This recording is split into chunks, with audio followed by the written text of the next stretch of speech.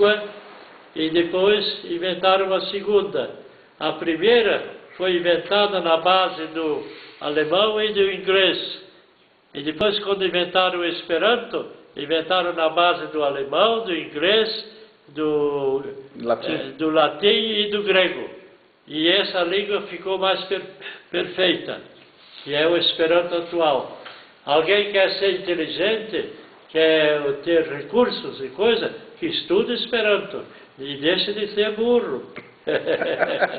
Professor Evaldo, o senhor acredita, como é que posso dizer assim para o senhor, que o Esperanto possa vencer essa batalha em se tornar um idioma internacional nos próximos séculos?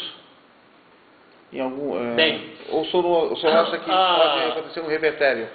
Não acontecer isso. A teoria é essa, que cada qual consegue viver só com a sua língua, mas se viver com mais línguas é melhor. Então, se ele souber, por exemplo, português, já é uma grande coisa, dá para viver. Mas, se souber português e Esperanto, ele está melhor. Perfeito. Então, mas a pergunta é a seguinte: o senhor acredita que no futuro, daqui a alguns séculos, vai se conquistar o sonho de Zamenhof do idioma internacional, aceito mundialmente? Não digo que um dia chegue a ser decretada a universalidade do Esperanto. Mas o Esperanto é uma língua que já é firme no mundo todo. Sempre há aquele que se interessa pelo Esperanto. Então, é vantagem saber Esperanto. Até por provas assim pedagógicas, como por exemplo, uma criança que aprende Esperanto, português e Esperanto, vai melhor do que se aprender português e alemão. Vai melhor se aprender português e inglês. Poderiam fazer testes nessa área, né? Pode que o inglês lhe seja útil, mas a evolução mental é maior. Criança que aprende desde pequeno Esperanto, ela tem uma evolução mental maior. Isso é incontestável e provado já pelos esperantistas. E que muitas universidades não querem aceitar essa ideia, por ignorância mesmo do assunto. Agora, por que o Esperanto não cresceu mais até agora? É por razões várias, que tudo que é útil nem sempre chega ao fim. Vai aos poucos, não é? Na luta. Um dos problemas do Esperanto é que, isso eu insisti num congresso universal na Hungria, é que a língua já é perfeita, completa, mas ela ainda não dispõe das traduções. Se alguém quer ler em português um livro, por exemplo... Medicina. Na língua hebraica ou na língua grega, assim por diante, se ele pega o seu português e mais daquela língua, já ajuda. Mas mais ajudará se ele ler em Esperanto. Porque o Esperanto traduz de maneira perfeita. Ao passo que as outras línguas não, elas embaralham muito. Não, até existe a informação, né? Foi feito um teste sobre qual foi a melhor tradução e o Esperanto ganhou. Nos anos 70, essa experiência. Agora eu só está no livro Que é Esperanto, daquela editora brasiliense. O livro foi lançado, acho que em 1981, né? E falou desse teste. O Esperanto teve a melhor tradução. E o senhor é esperantista, o senhor começou nos anos 40, mas depois o senhor realmente começou a estudar mais profundamente, foi a partir dos anos 80. O Esperanto. E essa é a sua experiência, que o Esperanto tem a melhor tradução.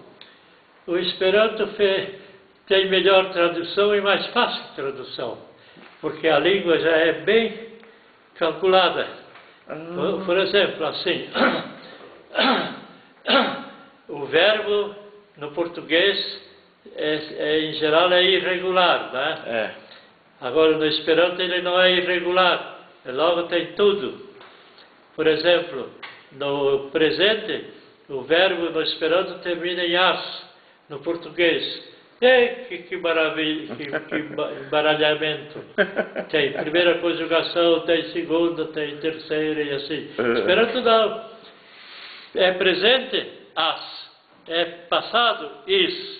A terminação. E você quer o particípio, que em geral as línguas vivas não têm em ordem, logo tem ali.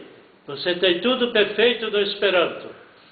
Você só não usa Esperanto porque, ou porque quem escuta não sabe, ou porque a gente mesmo está limitado ainda aos seus costumes, não é? Perfeito.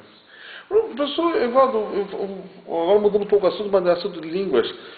Na sua infância, o senhor nem falava português, a sua família de origem alemã. Na infância, que língua eu falei? Era o Hunsrück, né? O alemão de Biguaçu. Olha, meu pai tinha como política de língua que dentro de casa falasse alemão e fora de casa falasse português. Sim. Então eu aprendi desde a primeira infância as duas línguas. O que não acontece com todas as pessoas. Tá. Eu desde a infância eu falei português e falei outra língua. E isso até por uma coisa curiosa. Por exemplo, o meu pai, ele tinha uma empresa de serraria. Então lá ele tinha um negro, tinha um luso e tinha um alemão. Então a gente encontrava as três línguas no mesmo espaço. Outra coisa engraçada da minha infância, quando eu tinha assim mais ou menos 3 anos, 3 ou 4, eu morei num lugar chamado Guiomar. E este lugar lá, entre Antônio Carlos e Rachadel, ele... Espera, eu queria chegar... sim. Ele tinha assim uma certa estrutura agrícola e coisas assim. Então meu pai tinha um empregado negro que falava alemão. E nós gostávamos do negro porque ele falava alemão. Interessante. Ele aprendeu de tanto conviver com os alemães. E a gente achava o negro mais inteligente que o português. Porque o português só falava português e o negro falava o português e o alemão. Mas será que é porque ele vivia na comunidade alemã, por isso que ele aprendeu a língua? Eu aprendi a língua alemã porque, na verdade, a nossa família começou num lugar mais germânico, que era o Farias. Sim, Dali, depois de um ano, nós saímos para Antônio Carlos. E Antônio Carlos eu vi a primeira enchente. A primeira coisa que a minha memória lembra na vida foi uma enchente. Lá em Antônio Carlos. E a segunda é que ele tinha uma coisa que naquele tempo chamavam de, como é que se diz, a farra do boi. Lá existia ainda. O meu pai tinha uma venda de secos e molhados, não é? Em Antônio Carlos, da igreja para cima. E aí, então, houve a primeira enchente, eu vi aquilo, 2 anos, eu tinha boa memória. E eu sei que é 2 anos porque a gente mudou para outro lugar e dá para calcular que eu tinha só 2 anos. Isso era 1927. E então, logo depois, logo no final da farra, o boizinho saiu com o rabo sangrando. E eu tinha uma pena do boi por causa disso. E a minha mãe, quer dizer, as pessoas vieram, porque isso é um costume lusitano, né? Farra do boi. Não bem lusitano, mas em certas regiões, né? E então, eu disse para minha mãe, estavam vendendo a carne do boi, né? Que coitado do boi, eu fiquei com a pena dele. Criança ficar com pena de boi, né? Imagine só. Então eu estava olhando aquilo, depois carnearam o boi, ele caiu no chão e tal, despedaçaram, fizeram os pedaços, e aí o pessoal chegou, comprou um pedaço, outro, e eu disse para minha mãe, mãe, a mãe não compra não? Não, farra de boi eu não compro, disse a minha mãe. Em alemão ela disse. Interessante. São coisas curiosas.